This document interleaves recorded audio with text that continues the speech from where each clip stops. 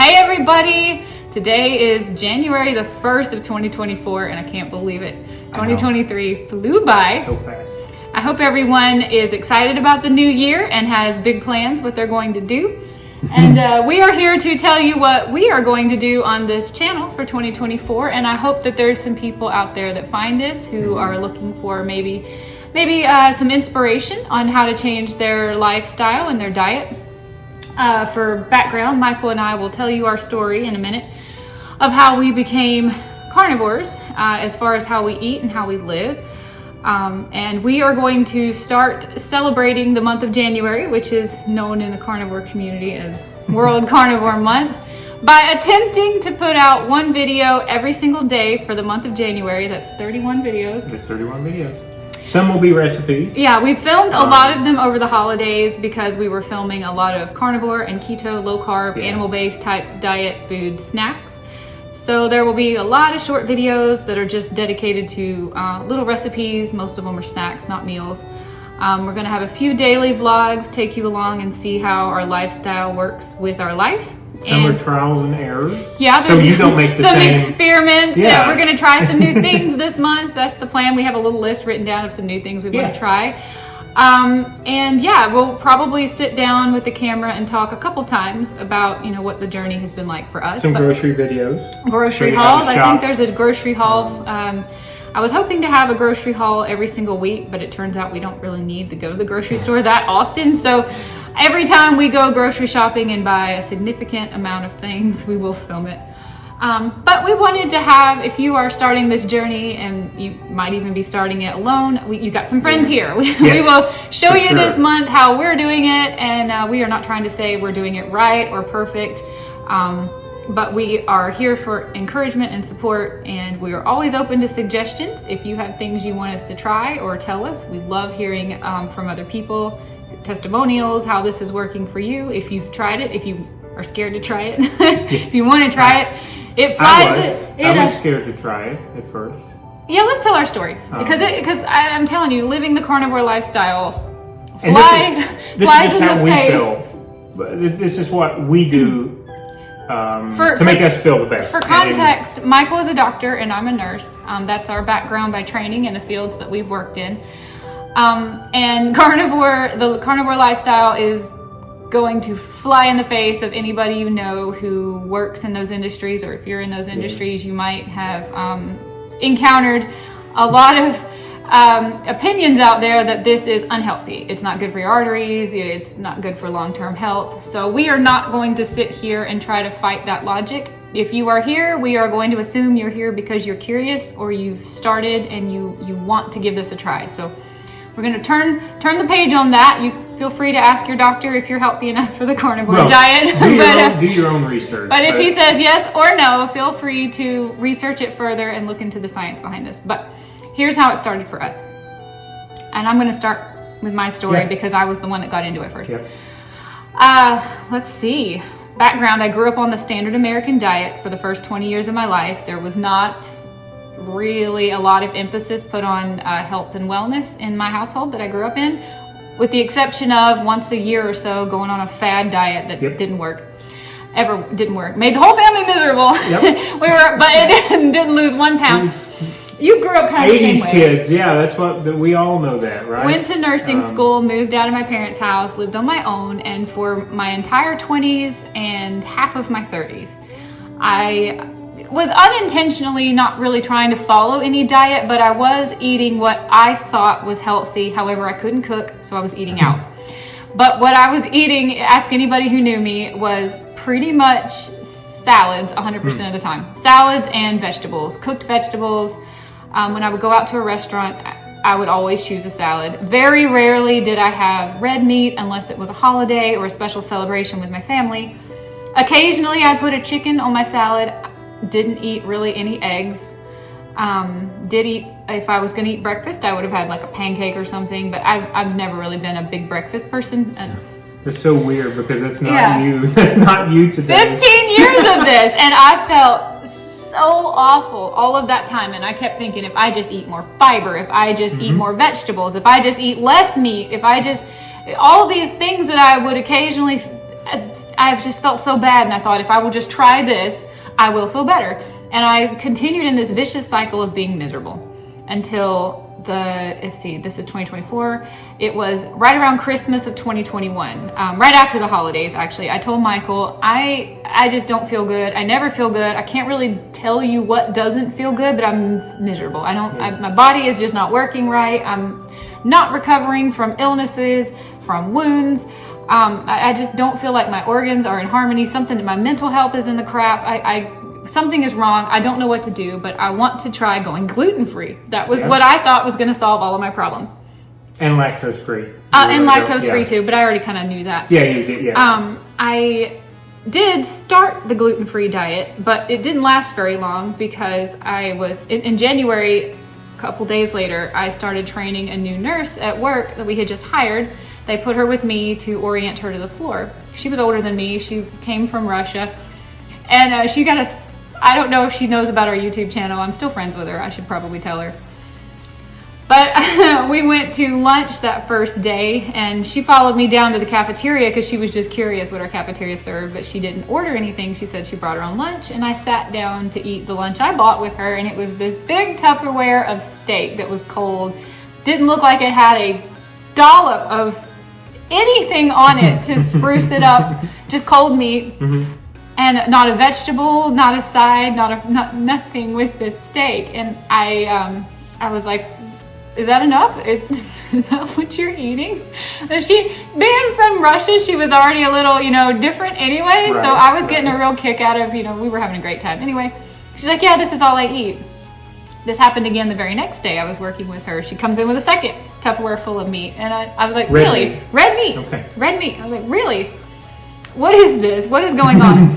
And what she said was not what I heard. She said, oh, well, if you want to know, me and my family, we are carnivores. But I thought I heard her say cannibals.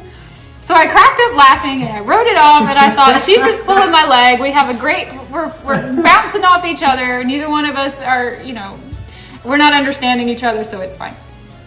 But I circled back to it later that day because I started to feel a little under the weather, like I was getting a cold. And I said, I'm going to go make a hot tea and put some emergency vitamin C powder in it. Would you like me to make you one too, just in case you catch my cold? And she's like, no, I don't drink tea. I was like, but it's so healthy and it's got vitamin C. What are you talking about? She's like, no, it's from, did she say it was from a root or a plant or something? Yes.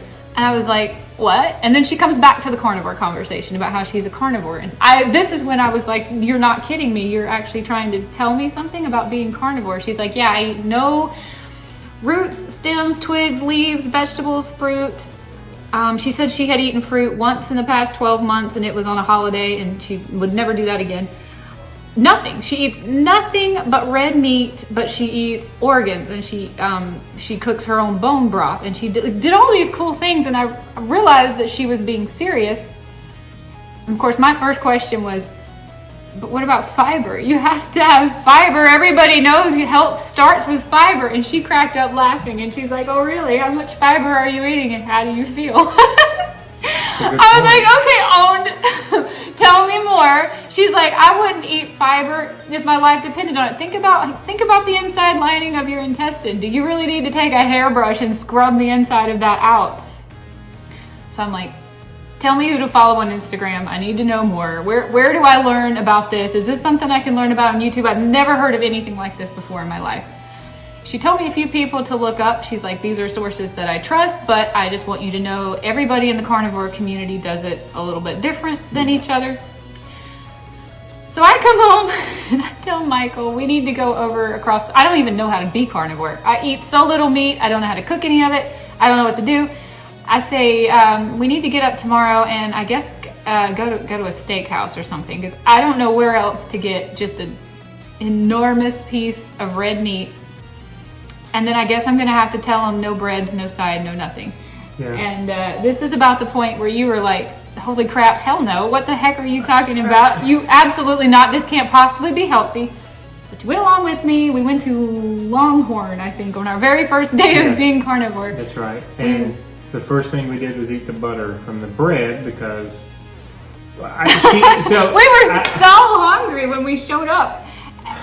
And first thing they do is set out that loaf of bread, and I thought, man, never in my life have I not immediately cut off a slice of bread. What am I supposed to do now? Because it blew my mind. So we did. We took our fork and decided to try the butter. It was real butter, and we started dumping salt on it. Remember, we started salting the butter, and the waitress came back out to tell us our food would be out shortly. And she looks at the loaf of bread, and the butter is scraped clean. And she said, "What happened to your butter?" We ate it. She said, "Do you need more bread or more butter for the bread?" And we're like, "No, but more butter would be great." So when you're looked at like a weirdo because you're eating the butter, but you wouldn't have been looked like a weirdo if you're eating the butter on the bread. We'll stop there. I'm going to tell mine real quick. Okay, jump in. This is just water. Because, right after that, anyway, that's a different video. Very much similar to Julie. Two working parents, slightly overweight, growing up in the 80s. Mine were previous smokers, and so, by the time that I was school age, so started making core memories, it was like you said, they had stopped smoking, and so now we're going to go after this diet or that diet or lose weight this way or that way. I had a ton of allergy issues and had asthma to boot. So first asthma attack and on inhalers by 7, allergy shots at 8 until I was 16. And then all that kind of stopped because I started, I guess, being able to control my health, which I mean by choosing what I could eat and growing and playing sports and what have you. And so it was around that time that I got to stop the allergy shots, and thankfully I've never had to pick those back up, as well as the daily inhaler, and I had an emergency inhaler, and I had an EpiPen before there were EpiPens. It was in a little red container that was actually a syringe and a vial of epinephrine that Mom had to keep on the top shelf of the medicine cabinet. We never had to use that, thankfully. But all that went away. And so, much to what Julie is saying, I get out of the house. I got up to 258 pounds as a sophomore in high school because of all of those hormones and treatments and overeating. While playing sports, I played sports from the time that I was 6 years old. And so by the time I graduated, having stopped all that, I had gotten down to 178 pounds going into college. And so it was around that time that, love of science, started looking and reading, as you do when you get out of the house, as to what was proper, necessary exercise and nutrition. And so, long story short, I was not Julie knows I was not a red meat eater. Maybe if I had a hamburger, it was all white meat, but really it was kind of isolated to chicken. Turkey was only on holidays. Pork was kind of non-existent for me, maybe once to 2 times a year, maybe. I want to interrupt just to say, I knew you for over 3 years before we went carnivore, and I know that you ate 2 steaks, and I don't believe any hamburgers in those 3 years. And those 2 steaks were before your marathon. What's so stupid is the whole old acceptable to do for race week prep is like Thursday, I think, for a Sunday race a few days before. You eat red meat to build iron up. And now looking back, and I'm like, why weren't you doing that every day of the week? Anyway? So that would be the one time that I would eat the red meat. I would force myself, and I would have to go to like an above level steakhouse because I couldn't just eat a steak to pay the price to force it, literally to force it. So anyway, go ahead. It was more beans and rice than it was anything else. Julie knows that. That was what was centered. I go to in med school, I kind of got into the whole thing of learning the 1 to 2 to 1, right? The protein to carb to fat ratio. Cool. And now I'm working out that's more along the lines of weight lifting. At that time, not much cardio at all. And so we go to this outreach. So I have to leave the country. And I'm not joking with you. I'll leave for 16 weeks. I think it was 16 weeks. I know because I bought it and put it in a checked bag. I ate 50 pounds of peanut butter over the course of those number of weeks. And my diet was oatmeal in the morning and a peanut butter and jelly for lunch that I took to the hospital, and dinner was always, and I mean always, beans and rice, because I didn't trust buying meat where I was. So that was it. So I come off of that back to the States, and now that's kind of the core of my diet. Yeah, chicken will get added in but when is kind of And there would be a lot of times that it would be, like Julie said, we became OMADs first and foremost, just because that's hospital life. That's it's time, it's schedule, and you really just don't pay attention to hunger when you're worried about doing everything else on the floor with your responsibilities. And so it would become whatever. I would go home and eat like a 5-year-old. I would have Cheez-Its and a peanut butter and jelly during the week. And then on the weekend, I'm not kidding, Saturday, Sunday, it was a large pizza that was split into 2 halves. So I would eat half of it on Saturday and half of it on Sunday. But so was a dozen of the chocolate Entenmann donuts. So there were 8. So I'd have 4 in the morning for breakfast. This is the you I met. Yeah. This is the you that Julie met. That's right. So she comes home and with this. And I thought that he was eating radically healthy. I really did, because beans and rice were something I did not eat a lot of, and I started eating a ton of beans and rice when I met you. I'm going to tell this quickly, not to be gross, but I thought, like Julie did, that fiber was key. You had to have the 30 grams of fiber. Yeah. Like you had to, like I taught that. I taught that to nurses at one point when I was teaching in nursing school.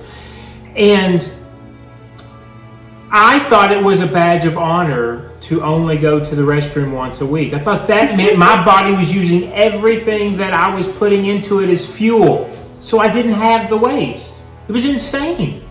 So she comes home and she says gluten-free. And I'm like, cool, I can do that. Oreos are gluten-free. The first thing I do is go out. You guys might have seen this in your aisles because it's more popular now. Was it cookie dough or cinnamon rolls that were gluten-free? You were so happy to It was Annie's. I think it was And I was so happy to have them. I know. And I buy what's called Right rice. Remember that? Yeah. Remember when I got into that? I don't remember what it was, but I do remember it. It's not rice. If you're going to eat rice, you'll learn with us along this month. White is where you go. But no. I go and pick up something that's made with cauliflower that I absolutely hate. But I thought it was a solid change. We switched from dairy to drinking. Oh, I would drink oat milk. Julie would drink oat milk like it was going out of style. We loved it. Oat milk, Planet Oat. We loved it. Seed oils. We chugged it. Then she tells me, the girls. A couple days after this. She tells me. Cinnamon rolls didn't make me feel any better. No, but the first thing that I said, okay, I'm going to try this, because Julie knows I'll take, weird little fad things and try them just to see what happens. And so she says, this girl's telling me this, and I think I want to move to that, and I know you don't like red meat. And I'm like, okay, I'll give it a shot, but you're talking about eating red meat and cheese. We started, like Julie said, and we'll go through the whole journey with it, but when she brought home the names of who this girl was following, and I started reading, and they started giving me article notations to go look them up myself. Julie knows, I think the trigger, and I don't remember what day this was or how long we were into it, I come back from the gym because I've been listening to podcasts that they're involved in, and I start throwing out pepper, and I start throwing out nightshades. I remember. Yeah, garlic. I remember going into the kitchen and just seeing spices being thrown over his shoulders. Yeah. And I didn't What kind of butter do we have? I had no idea what nightshades were, but he's like, if it's a tomato or a pepper, it has to go. And it was so much more radical than I was. What do you mean peanuts aren't healthy? What do you mean almonds aren't healthy? I lived off of almonds. I didn't think you would survive taking peanut butter out Peanut butter? That has to go away too? So, it has been a journey. It has been ups and downs. I have not been strictly carnivore for 3 years. No.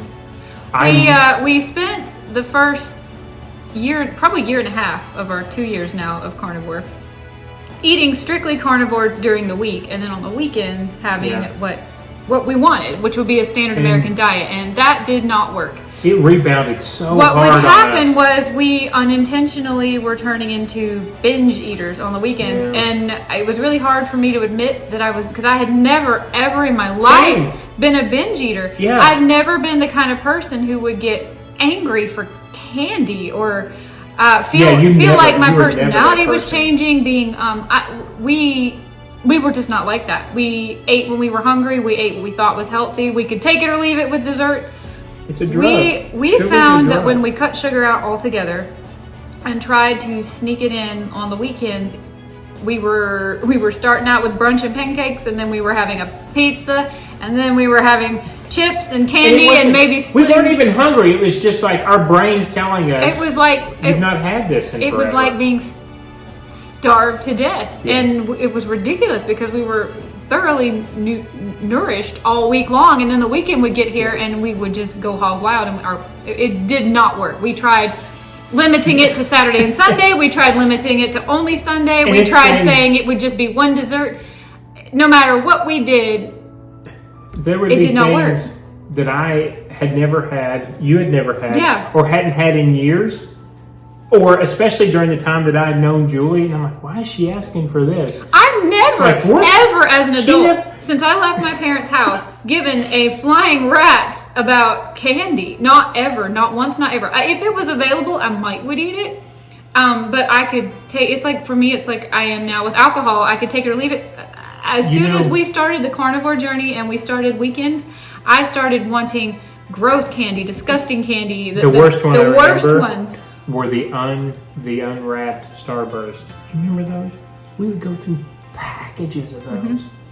I hate Starburst. I would have buy hated a bag of those Lindor chocolates and eat the whole bag. She would open the bag and separate them out by flavor. Pizza. Like it was completely. It was worse, I believe, than it was before I ever went carnivore in the first place. Same, because same. I was now devouring food 1 or 2 days a week that I would have never touched before. Right. So My 15 years of eating autonomously out of my parents' house before I went carnivore. yeah. Couldn't care less about dessert, and now I was wanting dessert and candy and pancakes and syrup, and we kept giving that a try, and we kept finding it didn't work. So it was sometime in our second year of carnivore. It's been more than 6 months, but we just decided we are going to have to really push through that ceiling and deny ourselves these things. And I think the first thing we did when we moved was, like Jill said, we moved here, spending the weekends being pigs. And then slowly, excuse me, we decided, let's split. I'll choose meals one day, Jules choose meals one day. That we're not carnivore. Right. And then slowly, I started choosing steaks for mine. we chose, Sunday But eating became, eating out. So we would have the sweet potato that for some reason, it turned that switch off in the brain and we didn't have to come back to the house. And then slowly, like Jules is saying, while we were down here, you have to break through that ceiling. But if you listen to your body. For me, what helped me break through the ceiling was actually last year, World Carnivore Month. We did daily vlogs for the month of January 2023. And part of that was we wanted to challenge ourselves because we had never eaten strict carnivore more than 2 weeks in a row without a cheat day. Yeah. So we decided we want 31 days in the month of January to be strict just to see how it makes us feel. And for me, that pushed me through the ceiling. Same. So that when we came out on the other side in February, I had a completely different relationship with sugar and carbs and food. And it really hasn't changed. No, even I will say this, because again, Julie is more strict than I am, but even after a hard weekend where I feel like I want to say need, that sounds so sad, but that the brain tells me that I'm craving something, it's still never as much as it was before, nor is it given the value. Now I stop and the brain says, is this worth it? Or could you get by without it? And if so, what will tomorrow morning feel like? Are you going to get up and get to the gym and feel like you have to punish yourself because you did eat that? Or are you going to get up and feel slimmer than you did before, feel clean, and get the day started the way that your body probably wants you really to do it? And so now it's a value system, for me at least, when I look at that and say, do I really want that? Is candy really worth that? or chips. That was some of my comfort food, and I can tell you, I can't tell you the last time I actually had something like a potato chip. I don't know how long that's been. I have no idea. And candy. gummies, I can't remember jelly when we had beans, candy last. Skittles. I love that crap. I've loved that crap since I was a kid. It's not now. If it becomes, hey, I want to treat myself. Well, we're going to show you this month. There's a few ways you can do that. I knew that people who are giving up sugar are going to be having a struggle in 2 or 3 days. Yeah. So on January, I believe it's the 4th, and if it's not the 4th, I'll put it right here on the screen if I'm wrong. We are going to share our keto cheesecake recipe. If cheesecake is not your favorite, just try giving this a try. It does not have a crust, so there's no graham cracker. And we did use, honey to sweeten it, which Michael and I have no problems eating honey. And we also bought one of those sugar-free coffee flavorings. Skinny Girl. We actually got it at TJ Maxx for just $2 or $3. We put that in it to give it a little bit of a flavor. So it is not a carb-free, but it is, I'm sure it's low carb if you actually sit and add up all the math. If you're having sugar cravings, this cheesecake really helped us a lot when we did World Carnivore Month last January and we broke through our sugar addiction. We still needed something. This cheesecake, I think we perfected it will help now. you. Yeah, I think we even shared it last January, but we've made it great. Oh my gosh. My palate has changed, and I can genuinely, honestly tell you, I would rather have Michael's no sugar added cheesecake 100 times out of 100 over, we call it the Junior's cheesecake, like from New York City, or a regular New York style cheesecake. Whatever you're making in cheesecake, I 1,000,000% would rather have this one. So hey, stay tuned for that. Yeah. If you need a little help with the sugar cravings, I know we have both been there. We never had sugar cravings before, and then going carnivore will make your brain. It'll make your brain do some crazy things. But like Jules said, your palate will change, and now if I want something, the cheesecake is there. And it does, again, it flips that switch. That will help you out a lot if you need some sugar. What else can we say? It's trial and error. Don't expect perfection. We're not perfect. You will see us maybe once a month or so have a pizza. And once a month or so, we will go to Crumble Cookie if we find out we have a flavor that we can't live without. We are not perfect. Like it was before. It isn't like it used to be. When I decide that I want something, I have thought it through and made the decision. What I want, is it worth it? How much am I going to allow myself to have? And where am I going to stop? There is no more binging. There's no more craving to binge. Usually what we'll do, let's just take Crumble Cookie for an example. We'll go get a box of 4 and we'll each have 1 or 2, and then we feel like, wow, that was delicious, that was great, but I'm not going to want that again for a long time. You take the power and the control back over what you eat. The argumentation on that is, and I'll share it throughout the month, a Harvard study came out and said that's actually a good thing. That forces your cells into an unknown position, so you actually burn more calorie, and you have a nice little immune response to kind of do a reset. And so like Jules said, it's enough for us, but it's also enough for us not only to satisfy us, but that when we get up the next morning, we don't feel like we've had that. We actually can tell our bodies it takes probably 2, maybe 3 days of crap eating before we feel it.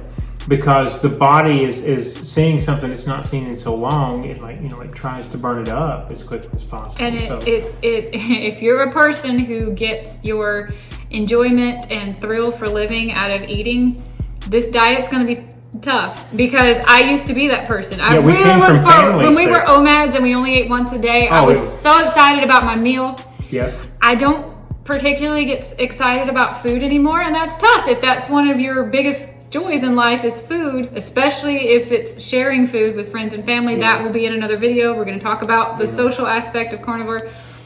But yeah, you really may have a struggle like I did if you have to let go of getting joy out of your food. I'm not saying it doesn't taste good. Well, it's just, it's not always going to be satisfying. Yeah. And it's not going to make you get the high, the rush that your brain would have gotten on, you know, a different diet. I think when you grow up in families that's the way that, you know, they show love.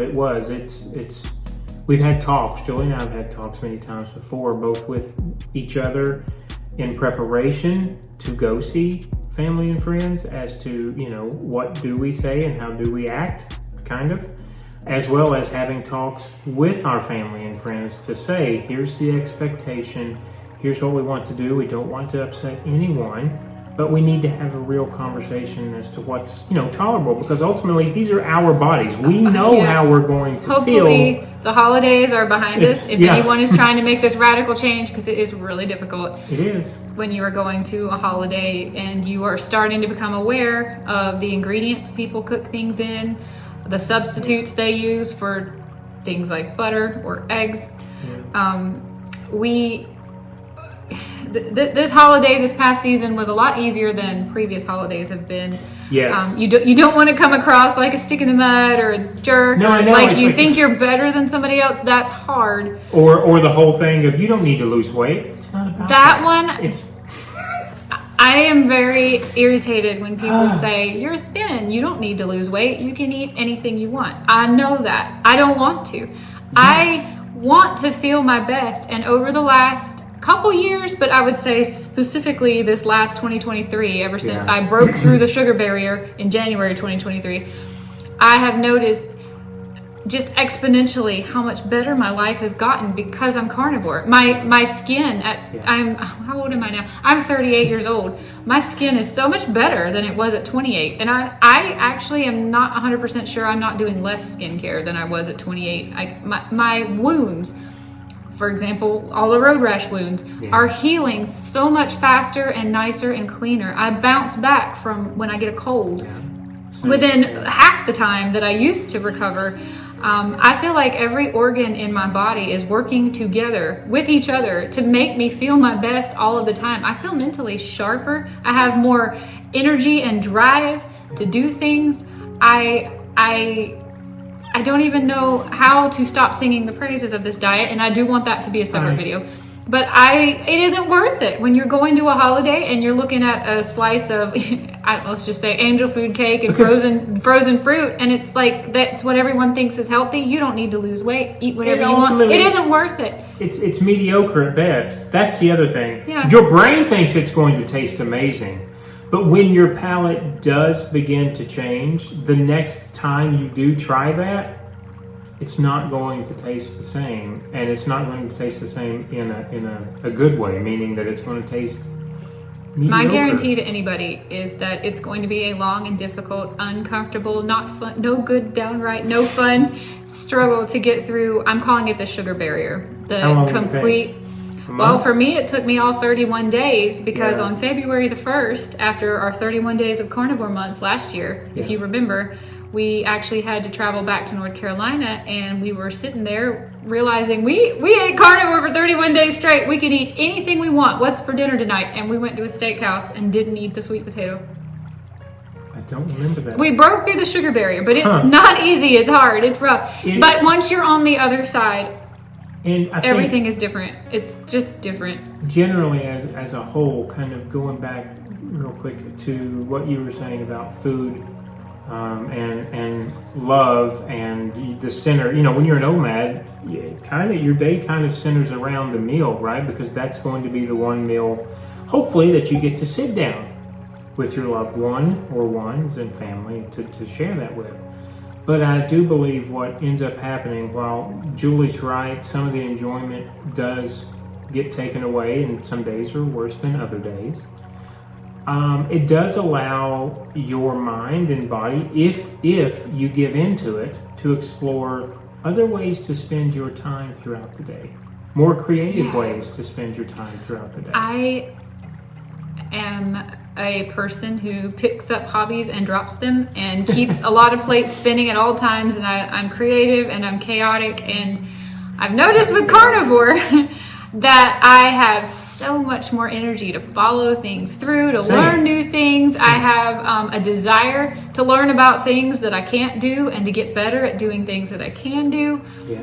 I really feel like there's something, of course I'm sure there's science behind this and I don't know it, but there's something behind the fact that when when your brain breaks free from being sugar dependent and you're now burning fat instead of sugar as your source of fuel, it for me just completely ramped up my level of enthusiasm and creativity to express myself in art, in music, writing, in ways that before I wished I had the energy to do it, but I just couldn't really And you can't put your finger on what that is. I know. I used to just say I'm blah. Yeah. Or I don't feel like it.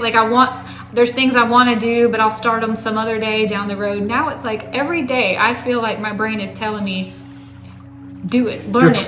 Your clock gets reset. Yeah. It really does. And I'm talking about wake up times. I'm talking about bedtimes. I've never been a morning person in my life. A lot of that is because I worked night shift for 16 years, I think. But even before and after and during that, I never was out of the bed early in the morning. And over the course of 2023, I think the latest I've ever slept in was 6.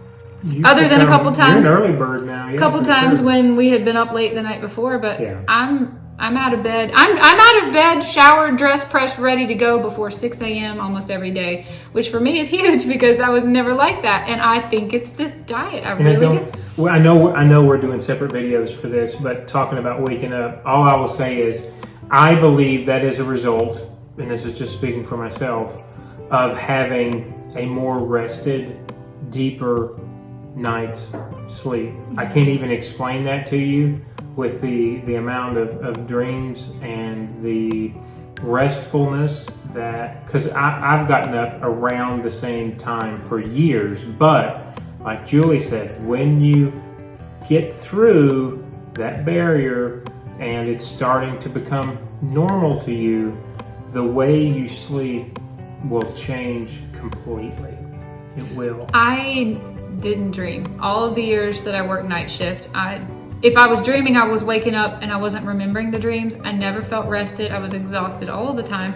That I attribute more to my job than my diet, but I don't think the diet helped. However, since I went carnivore, I am having the deepest, most peaceful, restful sleep, but I'm having dreams that are absolutely fantastic. I'm dreaming like adventures and actions, and we talk about them almost every day. I know. Every single morning I wake up and I remember all these dreams I had, and they were so much fun. To be honest, I wake up and I'm like, I'm bummed. I was having so much fun in my dream, and I wanted to see where this goes.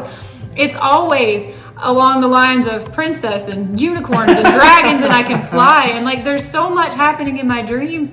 I really just think it's my brain just never really stops. It doesn't turn off, and it's continuing to create things even though I'm asleep. And I was never ever the only dreams I can remember before I started working night shift were pretty much all nightmares. And then when I started working night shift at 22, I don't know if I remember remember waking up having had a dream.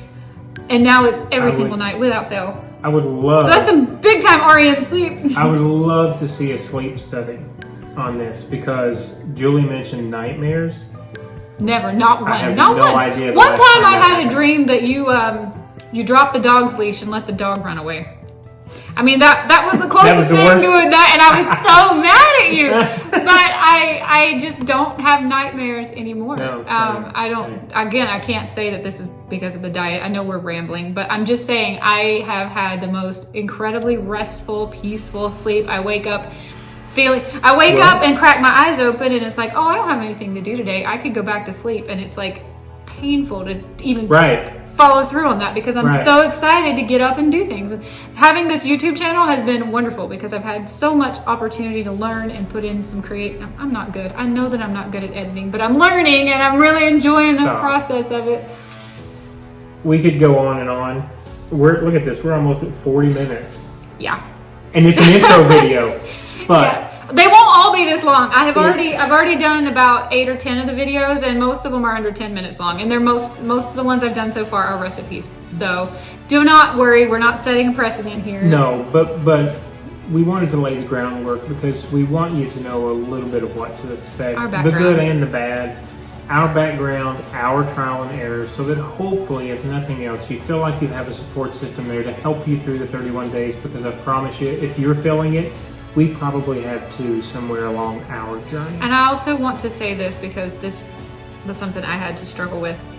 If you start it and you don't stick with it and you fall off the bandwagon, that's not a failure. That is not a failure. I always felt like I had failed every time I ate a sugar and I can't do this. I'll have to try again next month or next Monday or whatever it was. It's not a failure. Every single day that you make the right choices, you're just making one step in the direction of where you want to be.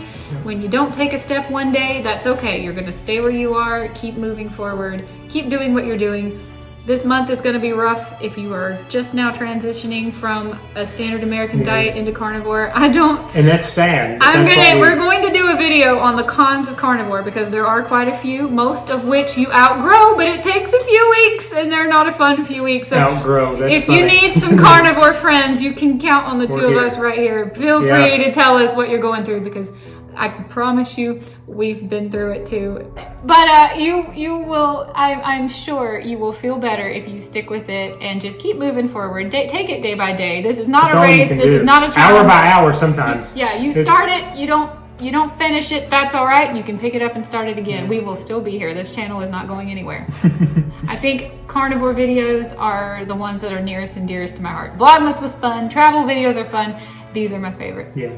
I really want to share this lifestyle with anybody out there who's looking for some carnivore friends because we are all in this together and we are going to be radically healthy and feel our best together. I'm all out of things to say. Okay. All right. We wish you luck. Yeah. We hope that you join us through these 31 days. Lean on us for support. Lean on us for advice. Tell us, give us advice. Tell us how you're doing it. But come along and good luck. Happy World Carnivore Month, everybody. We will see you every single day this month. I hope. No promises, but so far going strong. We'll give it our best shot. Yeah.